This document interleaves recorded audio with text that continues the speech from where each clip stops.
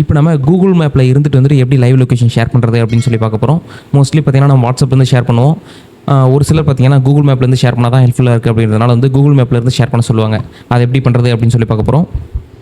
Just வந்து Google map வந்து open பண்ணிக்கலாம். ஓப்பன் பண்ணிவிட்டு இப்போது லொக்கேஷன் இருக்குல்ல, நம்மளோட லொக்கேஷன் அதை வந்து ஆன் பண்ணி விட்டுக்கலாம் மொபைல் செட்டிங்ஸில்.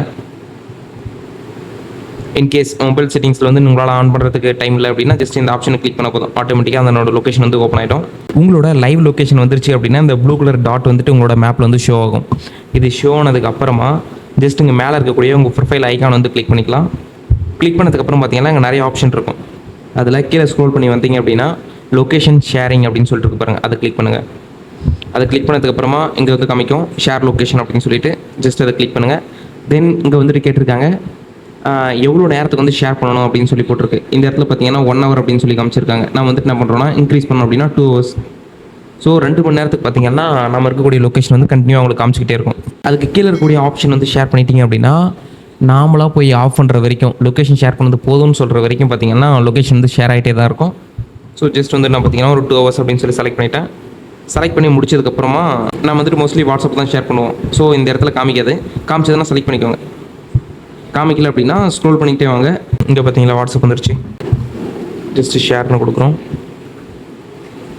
ஷேர் பண்ணதுக்கப்புறம் வந்துட்டு யாருக்கு வந்து நீங்கள் ஷேர் பண்ணணும் அப்படின்னு சொல்லிட்டு கேட்குது.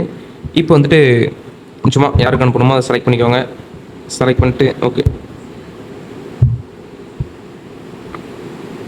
சென்ட் பண்ணியாச்சு. இப்போ பார்த்தீங்கன்னா என்னோடய லொக்கேஷன் வந்து சென்ட் ஆகிடுச்சு.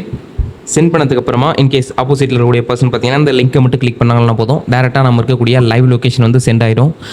இப்போது நம்ம லொக்கேஷன் சென்ட் பண்ணிகிட்டு இருக்கும்போது நம்மளோட லைவ் லொக்கேஷன் இங்கே செட்டிங்ஸில் ஆன் பண்ணி விட்டோம்ல, இதையும் ஆஃப் பண்ணக்கூடாது. அதே டைமில் வந்துட்டு பார்த்தீங்கன்னா இன்டர்நெட்டையும் போய் ஆஃப் பண்ணிடக்கூடாது. இன்டர்நெட் ஆஃப் பண்ணிட்டோம் அப்படின்னா அவங்களுக்கு வந்து லொக்கேஷன் காமிக்கிறது எது லாஸ்ட் லொக்கேஷனில் நம்ம ஆஃப் பண்ணோமோ அந்த இடம் வரைக்கும் தான் காட்டும். இன்கேஸ் நம்ம வந்து மூவ் ஆகிட்டு இருக்கோம் அப்படின்னா வந்துட்டு அவங்களுக்கு வந்து எக்ஸாக்டான லொக்கேஷன் வந்து காமிக்காமல் போய்டும். ஸோ அதனால் அவங்களுக்கு ஷேர் பண்ணி முடிக்கிற வரைக்கும் இன்டர்நெட்டையோ லொக்கேஷனையோ வந்து ஆஃப் பண்ணாமல் வச்சுக்கணும். அதுக்கப்புறமா எல்லாருக்கும் தேவைப்படக்கூடிய விஷயம் என்ன அப்படின்னு சொல்லிட்டு கேட்டிங்கன்னா, எக்ஸாம்பிளுக்கு வந்து இந்த இடத்த வந்து ஜூம் பண்ணோம் அப்படின்னா லைக் வந்துட்டு எல்லாம் பில்டிங் மாதிரி தெரிஞ்சுட்டு இருக்கும். அதுக்கு அடுத்தது கூகுள் மேப்பில் இருக்கக்கூடிய ஒரு முக்கியமான ஃபீச்சரை பற்றி பார்க்க போகிறோம். அது என்னென்னா சேட்டலைட் மோடு வந்து ஆன் பண்ணுறது. இது ஆன் பண்ணுறதுனால என்ன அட்வான்டேஜ் அப்படின்னு சொல்லிட்டு ஃபஸ்ட்டு டிஃபால்ட்டாக வைப்போம்.